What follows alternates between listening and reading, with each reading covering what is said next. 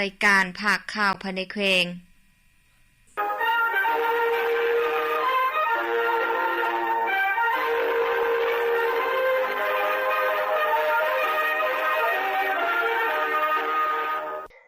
ที่นี้วิทยุแขวงพงศลีต่อไปเชิญทานรับฟังข่าวภายในแขวงที่มีหัวข้อข่าวพร้อมเนื้อในดังต่อไปนี้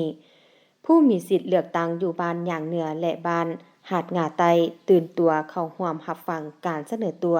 ของผู้รับสมัครเลือกตั้งเป็นสมาชิกสภาแห่งชาติสุดที่10วันที่15-11 กุมภาพันธ์ 2026ที่สโมสรของบ้านอย่างเหนือและบ้านหาดงาไตผู้มีสิทธิ์เลือกตั้ง2บ้านดังกล่าวได้เข้าร่วมรับฟังการเสนอตัวของผู้รับสมัครเลือกตั้งเป็นสมาชิกสภาแห่งชาติสุดที่10เขตเลือกตั้งที่2แขวงพงศลีซึ่งการลงเคลื่อนไหวเสนอตัวพบปะผู้มีสิทธิ์เลือกตั้งของผู้รับสมัครเลือกตั้งเป็นสมาชิกสภาแห่งชาติสุดที่10เป็นจุดที่2และที่3ของเมืองสัมพันธ์แขวงพงศลีโดยการนำพาของทานพลตรีสมพรมิตรพรกรรมการศูนย์กลางพรรคเลขาพรรคแขวงพงศลีผู้สมัครรับเลือกตั้งสมาชิกสภาแห่งชาติสุดที่10นำเบอร์1ประจำเขตเลือกตั้งที่2แขวงพงศลีพร้อมด้วยบรรดาท่านผู้สมัครสมาชิกสภาแห่งชาติจำนวนทั้งหมด9ท่านหญิง2ท่านโดยมีบรรดาท่านองค์การปกครองบ้านเฒ่าแก่แนวโฮมตลอดฮอดประชาชน2บ้านดังกล่าวเข้าร่วมบรรดาท่านผู้สมัครรับเลือกตั้งสมาชิกสภาแห่งชาติสุดที่10แขวงพงศลีประกอบมี4ส่วนเผ่าคือเผ่าเหล่าลุ่มเผ่ากึมหมู่เผ่าผู้น้อยและเผ่าฮอ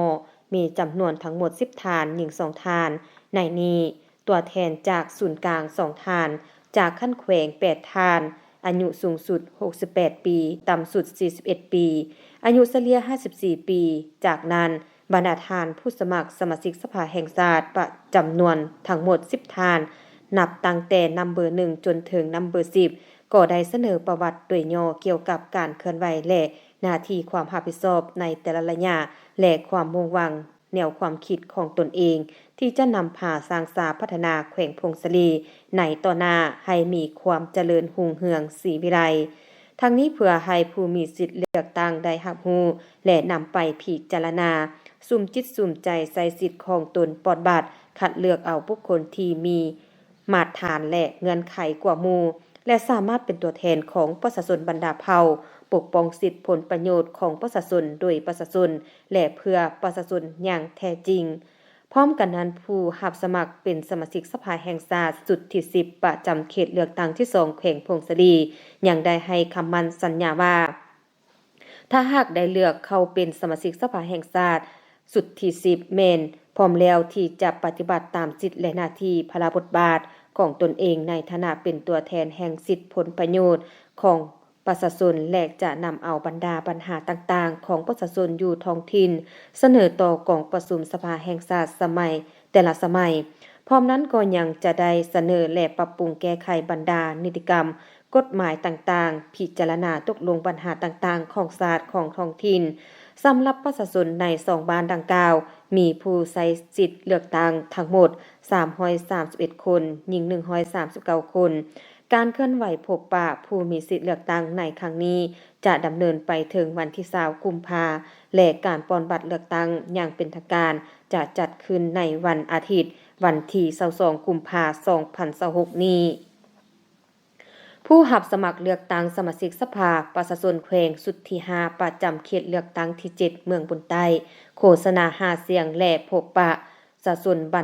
บ้านห้วยคอง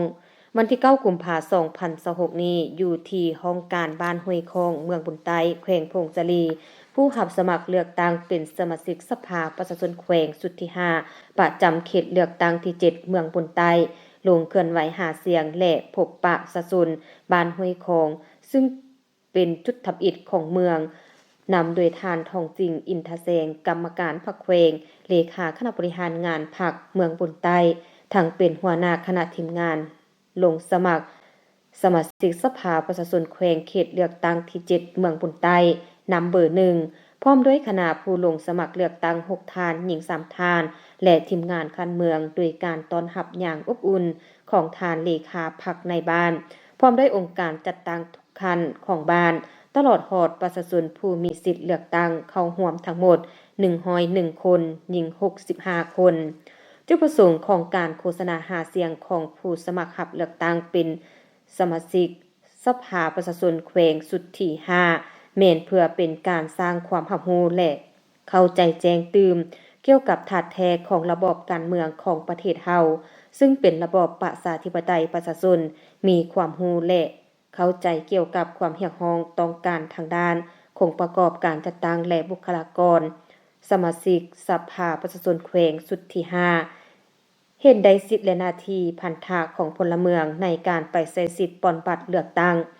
ในโอกาสที่จะได้ดำเนินการปอนบัตรเลือกตั้งในครั้งวันที่22กุมภาพันธ์2026ในต่อหน้านี้แต่ละภาคส่วนต้องได้เอาใจใส่ปฏิบัติรับประกันให้ได้400ส่วนห้อยคือนำพาผู้มีสิทธิ์เลือกตั้งไปปอนบัตรเลือกตั้งให้ครบถ้วน100ส่วนห้อยนำพาผู้มีสิทธิ์เลือกตั้งให้ฮู้ใช้สิทธิ์ในการปอนบัตรเลือกตั้งถูกต้องตามระเบียบการเลือกตั้ง100ส่วนห้อยนำพาเวียกงานป้องกันศาสตร์ป้องกันความสงบให้มีความสงบและมีความปลอดภัย100ส่วนห้อยนำพาเวียกงานปอนบัตรเลือกตั้งให้รับประกันความโปร่งใสและสำเร็จทันตามกำหนดเวลา100ส่วนห้อยจากนั้นผู้รับสมัครเลือกตั้งสมาชิกสภาประชาชนแขวงประจำเขตเลือกตั้งที่7เบืองบุญใต้ทาง7ทานก็ได้ผลัดเปลี่ยนการเสนอตัวแนะนำผ่านประวัติโดยย่อของตนและได้เชิญชวนให้ประชาชนบรรดาเผ่าเว้ารวมเว้าเฉพาะประชาชนบ้านห้วยคองผู้มีสิทธิ์เลือกตั้งแต่18ปีขึ้นไปเข้าร่วมประกอบส่วนในการกะเกียมและดำเนินการเลือกตั้งถือการเลือกตั้งเป็นคือกับบุญปางใหญ่ของชาติดำเนินไปด้วยบรรยากาศเบิกบานม่วนซื่นมีประชาธิปไตยถูกต้องตามกฎหมายถือว่าเป็นขบวนฝดฟืนและเฮ็ดให้บันเลือกตั้งครั้งนี้ได้รับผลสำเร็จตามคาดหมายที่วางไว้พร้อมทั้งเน้นให้ประชาชนสามารถตัดสินใจปอนบัตรคัดเลือกเอาตัวแทนที่มีความรู้ความสามารถมีคุณสมบัติศีลธรรมปฏิวัติและรักชาติรักประชาชนอย่างแท้จริงเข้าไปเฮ็ดหน้าที่เป็นกระบอกเสียงปกป้องสิทธิและผลประโยชน์ของประชาชนอยู่ในสภาประชาชนแขวงให้มีความเข้มแข็งและมีผลศักดิ์สิทธิ์กว่าเก่ากองบัญชาการป้องกันความสงบเมืองยอดอูสมทบกับปกส.แขวงลงทำลายสวนฟินที่เมืองยอดอูแขวงพงศาลีเพื่อปฏิบัติตามข้อตกลงของกระทรวงป้องกันความสงบฉบับเลขที่1997/ปกส.ลงวันที่9พฤศจิกายน2022ว่าด้วยการเพิ่มทวีสกัดการต้านยาเสพติดการปลูกฝิ่นกัญชาและการลักลอบซื้อขายยาเสพติดอิงตามแจ้งการของห้องการกวดการและควบคุมยาเสพติดติดพันกับการจัดตั้งปฏิบัติวาระแห่งชาติว่าด้วยการสกัดกั้นและแก้ไขปัญหายาเสพติดแต่ปี2021-2023ให้ปรากฏผลเป็นจริงมาในตอนเช้าของวันที่4กุมภาพันธ์2026นี้แผนกกวดการและควบคุมยาเสพติดกองบัญชาการป้องกันความสงบแขวงพงศาลีจึงได้สมทบกับกำลังป้องกันศาสตร์ป้องกันความสงบเมืองยอดอูและภาคส่วนที่เกี่ยวข้องลงทำลายสวนยาฟินที่ประชาชนลักลอบปลูกอยู่บ้านผ่านเขตภูตาซานหัวน้ำตองเมืองยอดอูแขวงพงศาลีโดยการนำพาของทานพันโทลีปั่นแก้วกรรมการประจำพรรคเมืองหัวหน้ากองบัญชาการป้องกันความสงบมีทานสมหวังสุวิไลกรรมการพรรคแขวงเลขาคณะบริหารงานพรรคเมืองยอดอูพร้อมด้วยพนักงานนักรบ2กำลังป้องกันศาสตร์ป้องกันความสงบเมืองตลอดฮอดองค์การปกครองเมืองและอำนาจการปกครองบ้านเข้าร่วมอย่างลงรายภายหลังได้รับการรายงานจากพลเมืองดีว่าได้มีประชาชนอยู่ภายในเมืองยังมีการลักลอบปลูกฝิ่นเป็นจำนวนหลากหลายดังนั้นเจ้าหน้าที่จึงได้ลงกวดการแหล่งข่าวดังกล่าวเห็นว่ามีมูลความจริงจึงได้สมทบกำลังลงกวดการพื้นที่เป้าหมายตัวจริงพบว่ายังมีประชาชนจำนวนหนึ่งยังลักลอบปลูกฝิ่นจำนวน21ตนมีเนื้อที่ 9.8 เฮกตาร์จึงได้พร้อมกันลงทำลายด้วยวิธีการใช้ไม้ฟาดพาทางต้นดอกมากและลูกต้นทิมเพื่อบ่ให้เจ้าของเก็บกู้ผลผลิตและหมากฟินไปเป็นแนวพันธุ์พร้อมทั้งศึกษาอบรมกล่าวเตือนและชี้แจงผลหายภัยอันตรายของยาฟินให้ประชาชนที่ลักลอบปลูกฟินได้รับรู้เข้าใจอย่างลึกซึ้ง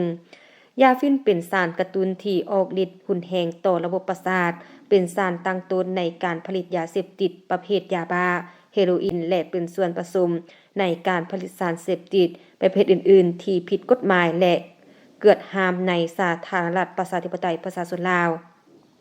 ปัญหายาเสพติดเป็นปัญหาต้นโตที่พาให้เกิดปรากฏการณ์ย่อท้อในสังคมเป็นต้นเมนขี้ลักงัดแงปุนจีสิ่งทรัพย์ลักทรัพย์ฆาตกรรมข่มขืนกระทำซ้ำเราปัญหาดังกล่าวนี้ได้ส่งผลโดยกงต่อสภาพร่างกายและสร้างความวุ่นวายในสังคมดังนั้นจึงได้เรียกร้องมาอย่างทุกภาคส่วนในสังคมจงมีส่วนร่วมในการจัดตั้งปฏิบัติวาระแห่งชาติว่าด้วยการสกัดกั้นและแก้ไขปัญหายาเสพติดให้ลดน้อยถอยลงไปจากสังคมเทอละก้าว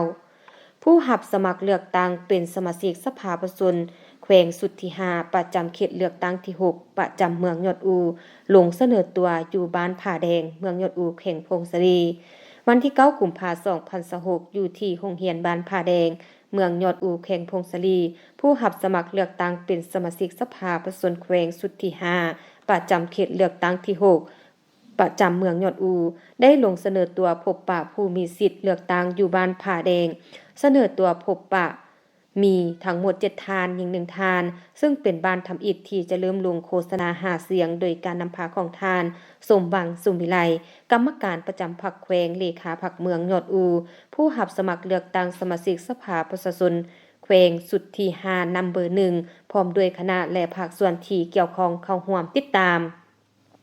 โอกาสนี้ได้รับการต้อนรับอย่างอบอุ่นจากบรรดาทานคณะพรรคฮักฐานกลุ่มองค์การปกครองบ้านตลอดฮอดประชาชนภายในบ้านการโฆษณาหาเสียงอยู่บ้านผาแดงในครั้งนี้ผู้รับสมัครเลือกตั้งสมาชิกสภาประชาชนสุทธิ5ในครั้งนี้จะลงเคลื่อนไหวและพบปะผู้มีสิทธิ์เลือกตั้งเป็นการจัดตั้งปฏิบัติตามกฎหมายว่าโดยการเลือกตั้งสมาชิกสภาแห่งชาติและสมาชิกสภาประชาชนคันแขวงแนใส่เฮ็ดให้การปอนบัตรเลือกตั้งมีประสิทธิภาพประสิทธิผลเข้มงวดตามระเบียบกฎหมายแม่นขั้นตอนหนึ่งที่มีบทบาทตัดสินต่อการเลือกตั้งเป็นการสนองข้อมูลข่าวสารตัวจริงเป็นการแนะนำให้ผู้มีสิทธิ์เลือกตั้งรับรู้เข้าใจอย่างถูกต้องต่อผู้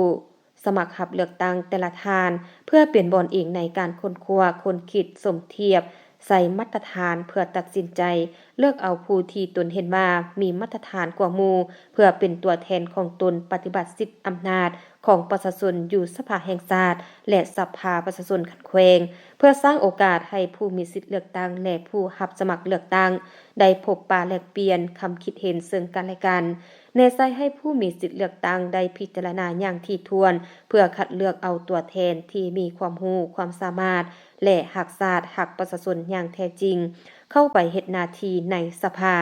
จากนั้นผู้รับสมัครเลือกตั้งแต่ละทานได้แนะนำผ่านประวัติโดยย่อของตนและได้เชิญชวนให้องค์การจัดตั้งพรรครัฐประชาชนลาวบรรดาเผ่าผู้ที่มีสิทธิเลือกตั้งเข้าร่วมประกอบส่วนเข้าในการกะเกียมและดำเนินการเลือกตั้งให้เป็นขบวนการฟุดฟื้นถือการเลือกตั้งเป็นคือกับปางบุญใหญ่ของชาติดำเนินไปด้วยบรรยากาศเบิกบานม่วนซื่นมีประชาธิปไตยถูกต้องตามกฎหมายพร้อมพากันออกไปใช้สิทธิ์ปอนบัตรเลือกตั้งในวันที่22กุมภาพันธ์2026ยังเป็นขบวนการฟุดฟื้นและเฮ็ดให้บัตรเลือกตั้งครั้งนี้ได้รับผลสำเร็จตามระดับคาดหมายที่วางไว้ผู้รับสมัครเลือกตั้งเป็นสมาชิกสภาประชาชนแขวงสุทธิ5ประจำเขตเลือกตั้งที่5ประจำเมืองบุญเนือลงเสนอตัวอยู่บ้านง่ายเนือวันที่9กุมภาพันธ์2026ที่สโมสรของบ้านง่ายเนือเมืองบุญเนือแขวงพงศรีผู้รับสมัครเลือกตั้งเป็นสมาชิกสภาประชาชนแขวงสุทธิ5ประจำเขตเลือกตั้งที่5ประจำเมืองบุญเนือได้ลงเสนอตัวพบปะผู้มีสิทธิเลือกตั้งอยู่บ้านง่ายเนือมี7ทานยิง1ทานซึ่งเป็นบ้านทำอิฐที่จะเริ่มลงโฆษณาหาเสียงโดยการนำพาของทานสมภาพดาราจักรกรรมการประจำพรรคแขวงเลขาพรรคเมืองบุญเนือผู้รับสมัครเลือกตั้งสมาชิกสภาแห่งชาติสุทธิ5นำเบอร์1พร้อมด้วยคณะและภาคส่วนที่เกี่ยวข้องเข้าร่วมติดตามโอกาสนี้ได้รับ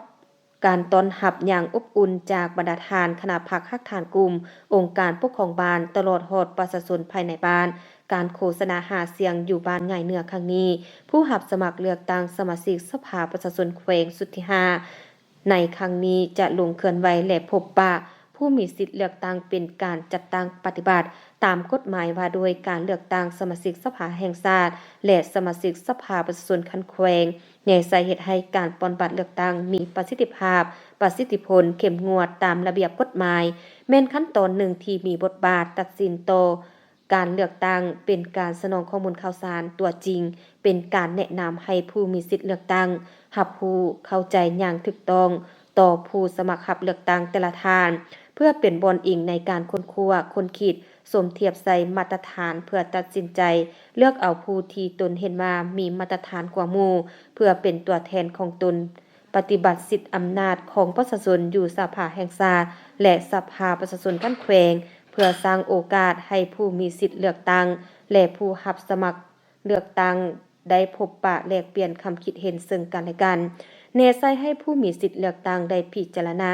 อย่างถี่ถ้วนเพื่อคัดเลือกเอาตัวแทนที่มีความรู้ความสามารถและรักษารักประชาชนอย่างแท้จริงเข้าไปเฮ็ดหน้าที่ในสภา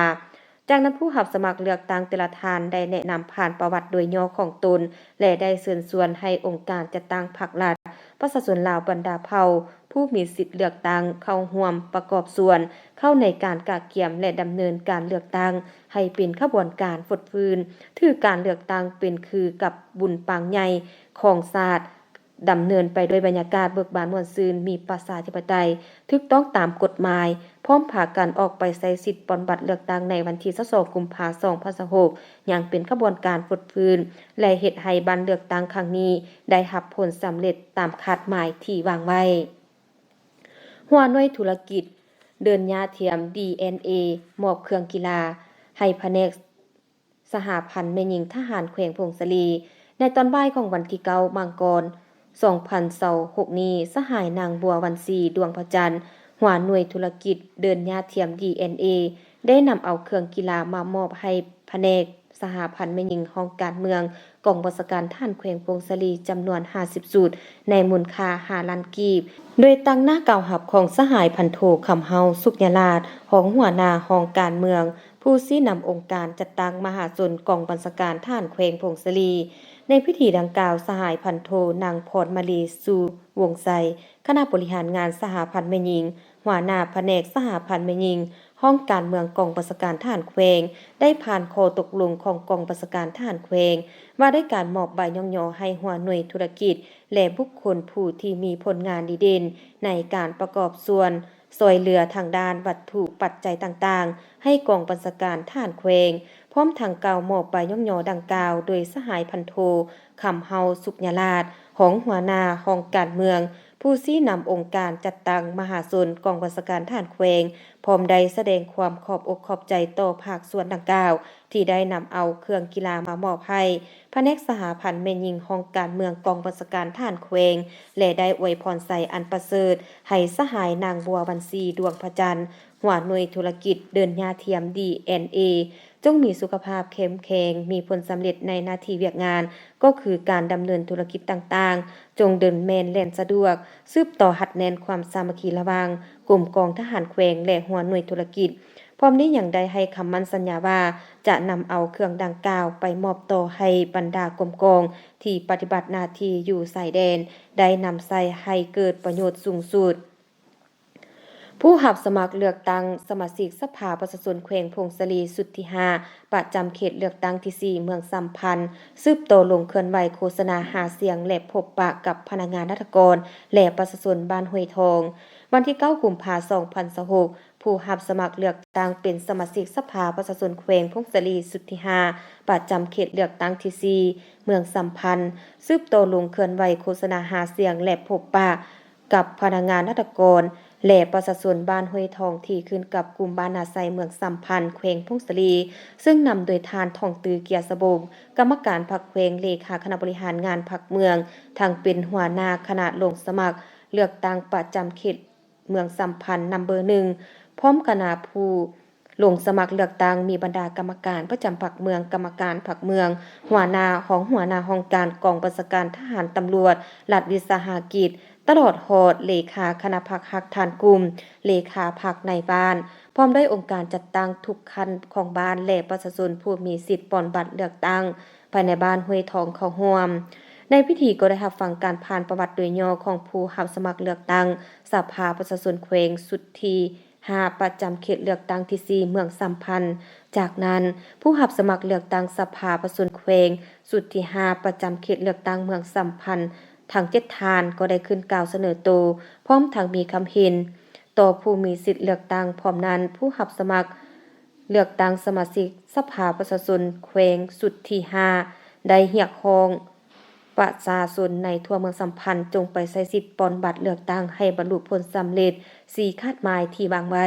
พร้อมนั้นยังเน้นให้พนักงานทหารตำรวจและประชาชนสามารถตัดสินใจปลดบัตรคัดเลือกเอาตัวแทนที่มีความรู้ความสามารถมีคุณสมบัติศีลธรรมปฏิบัติและรักษารักประชาชนอย่างแท้จริงเข้าไปเฮ็ดหน้าที่เป็นกระบอกเสียงปกป้องสิทธิและผลประโยชน์ของประชาชนอยู่ในสภาประชาชนแขวงให้มีความเข้มแข็งและมีผลศักดิ์สิทธิ์กว่าเก่าท่านผู้ฟังที่เคารพต่อไปจะประทานมารับฟังพยากรณ์อากาศประจำวันที่11กุมภาพันธ์2026สภาพรวมความกดดันสูงของอากาศเย็นยังสืบต่อปกคลุมอยู่ทั่วทุกภาคของประเทศลาวโดยกำลังอ่อนหาปานกลางสมทบกับกระแสลมตะวันออกเฉียงเหนือพัดปกคลุมซึ่งจะเฮ็ดให้อากาศเย็นหาหนาวเย็นอยู่ในแต่ละภาคพร้อมมีหมอกบางปกคลุมอยู่ทั่วไปและจะมีฝนตกในระดับคอยอยู่บางบอนพร้อมมีลมพัดแรงเป็นบางโอกาสตื่มอีกพยากรณ์อากาศแต่เวลา 7:00 นของวันที่11กุมภาพันธ์2026หาเวลา 7:00 นของวันที่12กุมภาพันธ์2026สภาพอากาศของแขวงพงศลีและบรรดา7เมืองอากาศหนาวเย็นพร้อมมีหมอกหนาปกคลุมในตอนเช้าและจะมีฝนตกในระดับคอยอยู่บางบริเวณพร้อมมีลมพัดแรงเป็นบางโอกาสหรือเนื้อที่การปกคลุมของฝนเท่ากับ15%ของภาคอุณหภูมิในระหว่าง15-26องศารายงานสภาพอุณหภูมิและปริมาณน้ำฝน24ชั่วโมง7เมืองทั่วแขวงพงศลีอุณหภูมิต่ำสุดของมื้อนี้ 10.5 องศาอุณหภูมิสูงสุดของวันนี้ 25.5 องศาปริมาณน้ำฝน24ชั่วโมงผ่านมาเมืองบุญเหนือเมืองพงศลีเมืองยอดอูเมืองบุญใต้เมืองสัมพันธ์เมืองควรและเมืองใหม่บ่มีฝนเจ้าที่ท่านรับฟังผ่านไปนั้นก็แม่นพยากรณ์อากาศประจำวันที่11กุมภาพันธ์2026ที่นี้วิทยุแขวงพงศลีรายการข่าวภาคนี้หมดลงเพียงเท่านี้เวียงสวรรค์อ่าน